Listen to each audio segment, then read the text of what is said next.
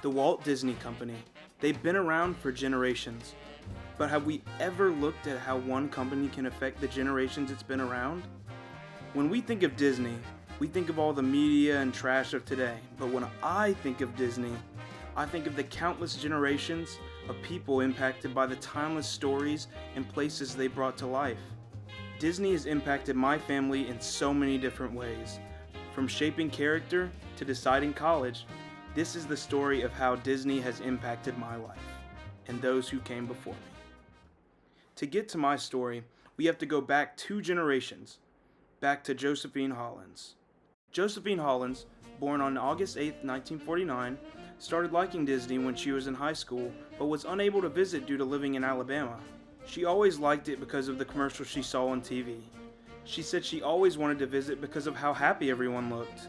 That dream finally became a reality when much later, she visited Florida for a business trip with her kids and was able to go for a discounted rate due to the presentation she listened to. She first bought into the Disney Vacation Club because she wanted her grandchildren to be able to experience what she couldn't when she was young. She wanted to take us everywhere and for us to see the world.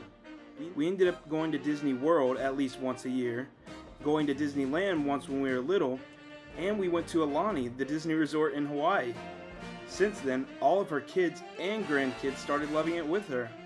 She still likes Disney to this day because though it's changed and though it continues to change, it's still the happy place that she saw on TV all those years ago. Next, we'll leap forward a generation to my mother. Sylvia Hollins was born on September 1st, 1982, sharing a birth year with Disney's second park in Florida. She's loved Disney ever since her first trip to Disneyland when she was 5. She got obsessed with Disney when she was 12 and went to Disney World at 14. She started to like Disney because it was a different world that was always happy and magical. It was completely different than anything she had ever experienced. She started to buy into Disney with her allowance money at 12. She had to have Mickey everything. Her school supplies, Mickey. Watch, Mickey. Earrings, Mickey. Purses, Mickey. You name it, she probably had it. The obsession transferred into adulthood when she became a mom. She spent some money on Disney merchandise in the past, but now, as an adult, she could go experience the Disney experiences. We of course went to Disney World almost every year with my grandma, but my mom and I also went back to Disneyland in 2022, Tokyo Disneyland with the whole family in 2023, and Disneyland Paris in 2024. She loves Disney to this day because it makes her feel like a child again, with a magical outlook on life, always looking towards the great big beautiful tomorrow. Sponsors are agents who enable, support, teach, or model literacy.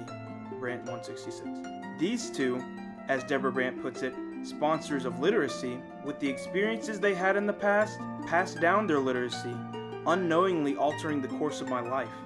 Heritage literacy, as described by Susan Rumsey, is literacy that is passed down and built upon. And as you'll see, this literacy is the reason why I'm here today. My story starts when I was 6 years old. My mom had shown us Disney movies in the past, but nothing had really stuck. She wanted us to love it before, but before this, I was just too young to comprehend what was going on. The only thing that really stuck was Mickey. The moment I saw him, I was obsessed. But when I was 6, my grandmother put me on a path that I would never turn back from. She took us on our first trip to Disney World. When I got to the hotel, I was amazed at how a train, the monorail, could run through a building. I was instantly mesmerized by everything around me. The music, the atmosphere, the motifs and themes presented around me. But I didn't quite understand it all yet. Next, we went to the parks. My park experience had a bunch of firsts. First theme park, Magic Kingdom. First roller coaster, Rocking Roller Coaster. First time meeting my hero, Mickey Mouse, and so much more. I was in heaven. How could the train and the hotel be the way to get to the theme park? Mickey is real? How am I flying in a pirate ship with Peter Pan? What does 0 to 60 mean and why is it so cool? I had these questions and many more on my first trip, and I was dead set to answer them all. When we were little, we had a family iPad, and it was my gateway into endless knowledge. When young me from Alabama got exposed to YouTube Kids, it felt like actually being in Walt Disney World running around with Mickey Mouse himself. I would always watch those top 10 Disney World secrets or top 10 Disney World snacks videos. My family would never hear the end of the facts. Over the years, YouTube has become one of the sponsors that keeps the literacy alive between trips. It's helped me to learn more about the history of the parks, stay updated on what they're adding, and figuring out how stuff worked. The last one especially helped me because growing up, I always wanted to be an inventor.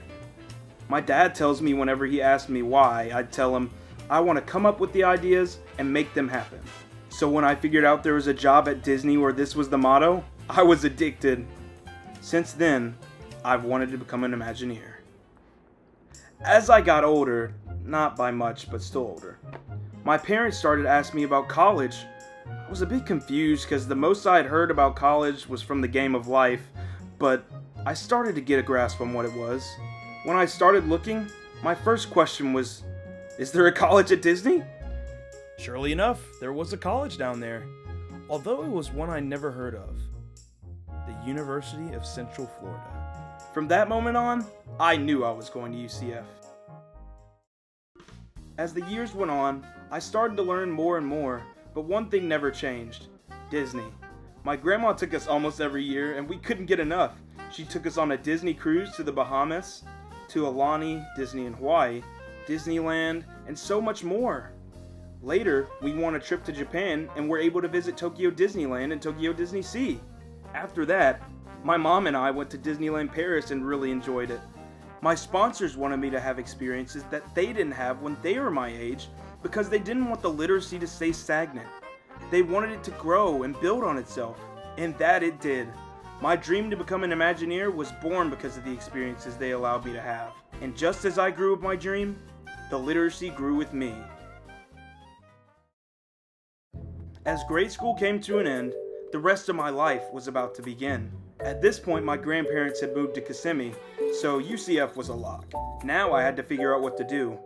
In my junior and senior year of high school, I really started to take a liking to physics.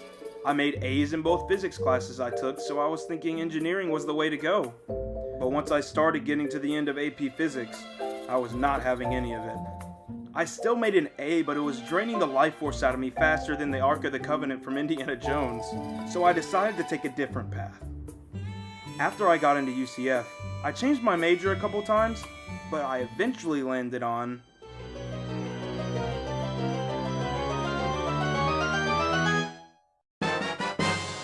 Theme Parks and Attractions Management. That brings us to the present day. It was a journey, and I still feel like I'm living someone else's life. I can't believe I'm finally here and excited to see what's in store for me next. To me, it's cool to see how literacy can be built upon and expanded into something that guides someone's life. My whole life up to this point has been watching videos and thinking about being here. And due to my sponsors supporting their shared heritage literacy of Disney with me, I'm where I am today. I've wanted to go to UCF my whole life because of how much I love Disney. I've loved Disney my whole life because of my mom and grandma. I feel like these relationships were able to steer my life on a path that wouldn't have been possible otherwise. It shows the interdependency between generations and how much influence one's life can have on another's.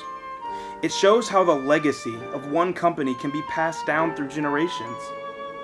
In the end, someone's life can be impacted by your love for something, whether it's a spouse, a grandchild, a child, a parent, or anyone else. Literacy is passed down and built upon. You, the sponsor, have the power to transform someone's life. What are you going to do with it?